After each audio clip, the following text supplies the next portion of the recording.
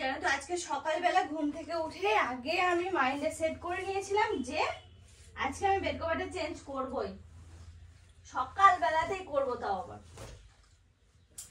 দেখো already bed cover change করা হয়েও গেছে, এখন সেট করে নেব। আর হচ্ছে যেটা তুললাম সেটা আজকে আর কাচবো না, ওটা রয়ে যাবে, অন্য কোনো একদিন কেচে নেবো।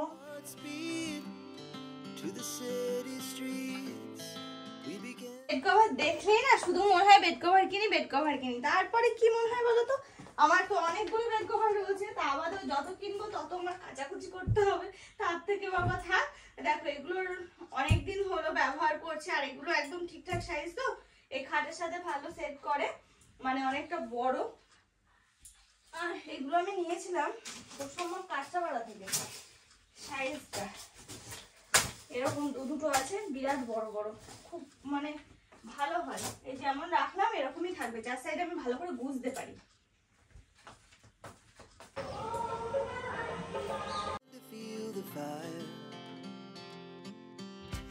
আজকে যেন সকালের কাজ মোটামুটি সবটাই গুছিয়ে উঠেছি, আর একটু বাকি আছে। বাকি আছে বলতে সবকিছু হয়ে গেছে, শুধুমাত্র এই বাসন কটা মাজবো। কোথায় কার সাথে কথা বলছি আমি।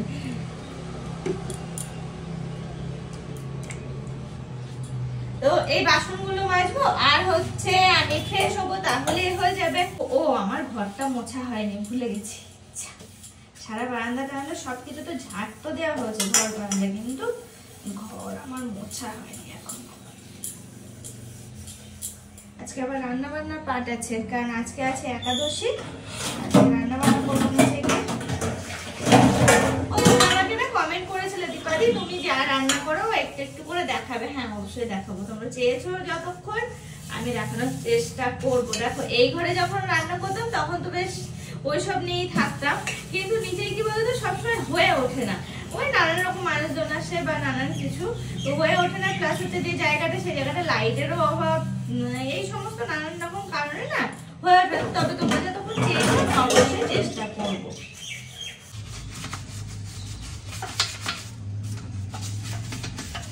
দেখো ঘরটার মোছার পরে না যে এখানে এসে মনে হলো যেন এই বেসিনটা পরিষ্কার করার দরকার রয়েছে, পরিষ্কার করেই নিই, তারপর না হয় নিজে ফ্রেশ হবো।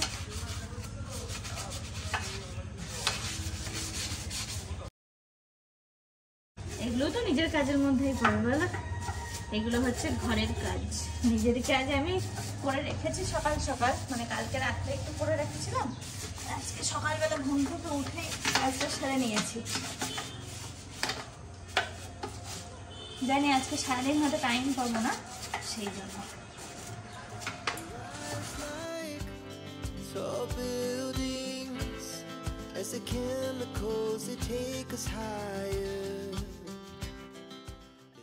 দেখুন আমরা সমস্ত পুজো কাটিয়ে প্রায় উঠে এসেছি না, আর একটা দুটো পুজো বেরোলেই মোটামুটি আমাদের সারা বছরের অপেক্ষার সব অবসান ঘটবে।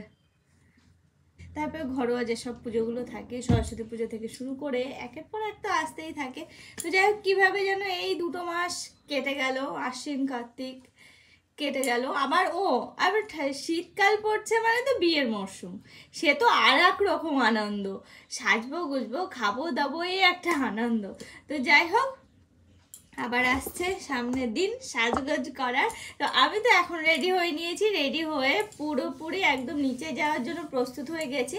ভেবেছিলাম যে একটু পরে যাব, তারপর মনে হলো না নিচের কাজটা সেরে এসেই না হয় আমি আমার কাজে হাত দেব। তো চলো রেডি হয়ে নিয়েছি, এবার যাওয়া যাক নিচেই। আর নিচে গিয়ে কী কী করার আছে নিজেই জানি না, খুব শর্টকাটে চেষ্টা করব শেষ করার, কারণ আমার হাতে বেশ কিছু কাজ আছে, সেগুলো আজকে কমপ্লিট করতেই হবে।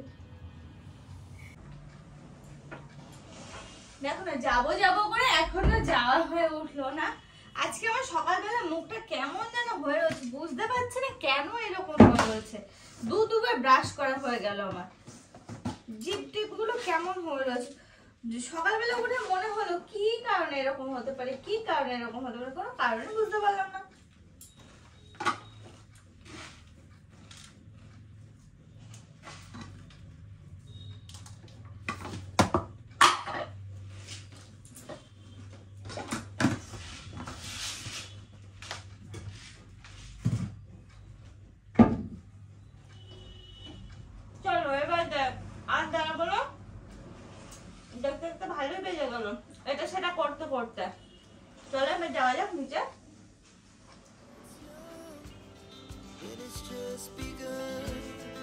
She puts her hand in mine. We wanna chase the night.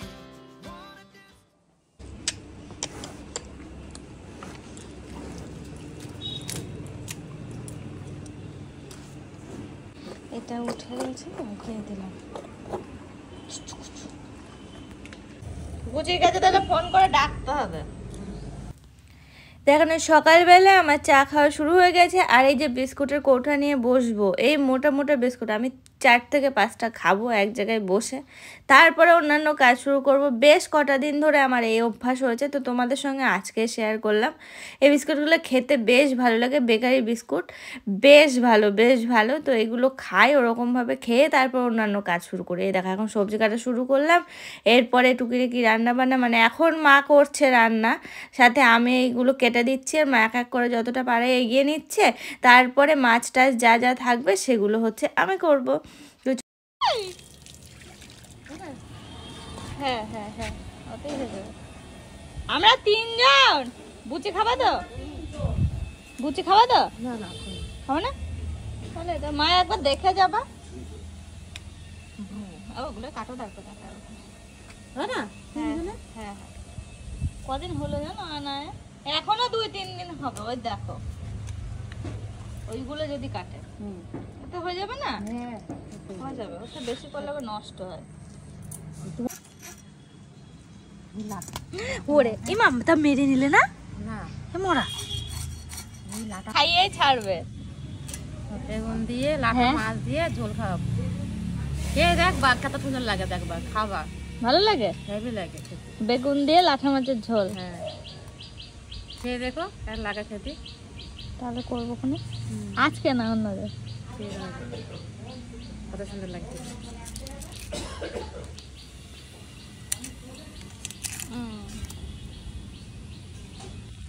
জানো তো কটা দিন না বুচি বাড়িতে ছিল না, আমরা কতবার করে বলতাম বুচি কবে আসবে। দেখো আজকে এসেছে, ওকে ধরিয়ে দিয়েছে মাছ কাটার জন্য।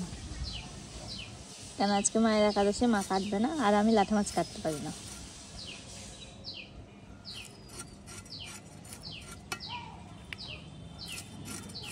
বুচি এসে আমরা যেন প্রাণ ফিরে পেলাম, জানো তো বুচি। কতবার করে বলা হতো, ওইটা আমি ধরতে পেরেছিলাম। হ্যাঁ ধরলে তো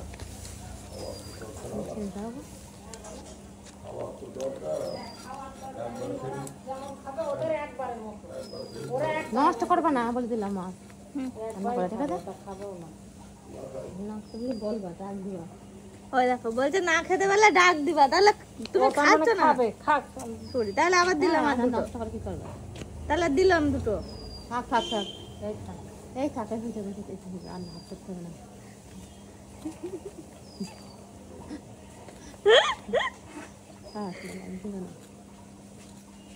ভাত দেবো ভালো করে ঝাল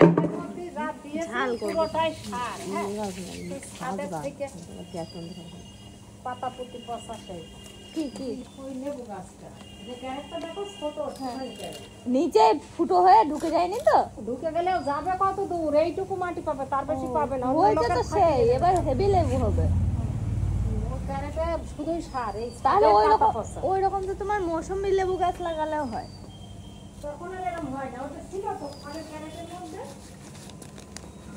এটা তো হেভি সুন্দর হয়েছে।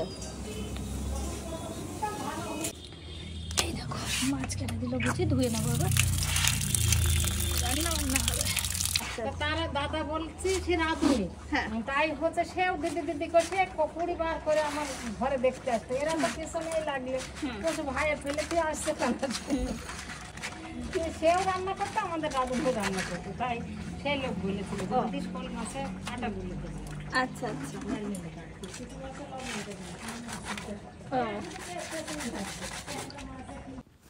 চলো এবার রান্নাটা শুরু করি। দেখো বাবার জন্য মাছ রান্না হয়ে গেছে, ওটা নামিয়ে রাখলাম। এখন আমাদের জন্য বানাচ্ছি। বাবার হলুদ যাচ্ছে না, যত সামান্য তেল, ওই 1-2 ফোঁটা তেল কড়াইয়ের উপর শুধুমাত্র কড়াইয়ের উপর একটু ছিটিয়ে দিয়ে মাছগুলো হালকা একটু ভেজে নিয়ে তারপরে শুধু ঝোল, কোনো মশলাপাতি যাচ্ছে না। আর আমাদের জন্য একটু কড়া করে ভেজে বুচি বললো শুনলেই তো, নয়তো ও আবার খাবে না, ও হালকা ভাজায় খায় না। ও ভেবেছিল যে হয়তো মা রান্না করবে, তারপরে বললো যে না বৌদি রান্না করবে তাহলে খাবো। আমি যে হ্যাঁ আমি রান্না করব, আর ঠিক আছে কড়া করেই ভাজবো। দেখো কলা আর আলু দিয়ে রান্নাটা করছি, আশা করছি ভালোই লাগবে। আর আমার রান্না বুচি বেশ ভালোই পছন্দ করে। বুচি কেন, মোটামুটি সবাই ভালোই পছন্দ করে।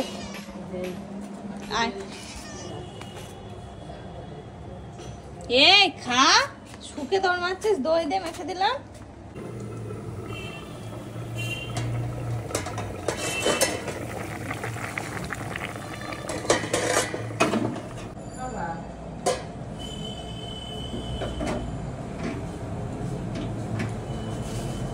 আগে মাছ দিয়ে খেয়ে নিয়ে এইবার খাচ্ছে বলা দই মাছ দিয়ে খেয়ে নিয়ে এইবার খাচ্ছে। ও মানুষের মতো হয়েছে, মুখ পাল্টাতে লাগবে, মুখ পাল্টাচ্ছে। আমি রান্না করতে করতে একটা শশা খাচ্ছি, কারণ এই সবেমাত্র অর্পণ রেখে গেল গাজর, শশা, বিট, বিনস, ক্যাপসিকাম নানান কিছু আর কি রেখে গেল। তো শশাগুলো এত সুন্দর ছিল দেখে মনে হলো খাওয়া। এখন আলু সিদ্ধ মেখে নিচ্ছি, আর আমি বানালাম ডাল, মসুরির ডাল, একটু পেঁয়াজ দিয়ে ফোড়ন দিয়েছি। এদিকে মাছের ঝোল, বাবার জন্য মাছের ঝোল আলাদা রান্না করেছি। এদিকে একটু আলু ভেজে নিচ্ছি, আর মাও আবার এটা সেটা রান্না করে রেখেছে, এই আর কি। দেখো চলে আসলাম উপরে, আর সকালে রান্না বান্না এমনকি দুপুরে রান্না বান্না হয়ে গেছে। বুচিতে মাছগুলো কাটিয়ে আমি রান্না করে নিলাম। আমি ধুয়ে নিয়েছিলাম, বললাম আমি লাঠি মাছটা কাটতে পারি না। আর মায়ের আজকে হচ্ছে একাদশী, তো সেই কারণে মানে একাদশী উপবাস করছে মা আজকে, তো সেই কারণে মা জ্যান্ত মাছ কাটবে না, বুচিতে কাটি না। ও কি আরাম লাগছে, কি সুন্দর গন্ধ। কেন বলতো আমি ধূপটা জ্বালিয়ে রেখে চলে গেছিলাম, হাফটা জ্বলেছিল আমি থাকতে, আর ঘর দরজাটা যে বন্ধ ছিল, কি ভালো লাগছে।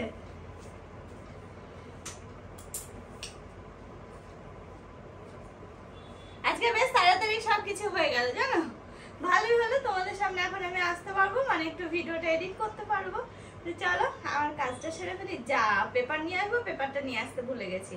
আজকে যেহেতু সানডে, তো সানডে হওয়ার কারণে আজকে একটা গল্পের পেজ দেয়, তো ভাবলাম সেটা নিয়ে এসে পড়বো, ভুলে গেছি।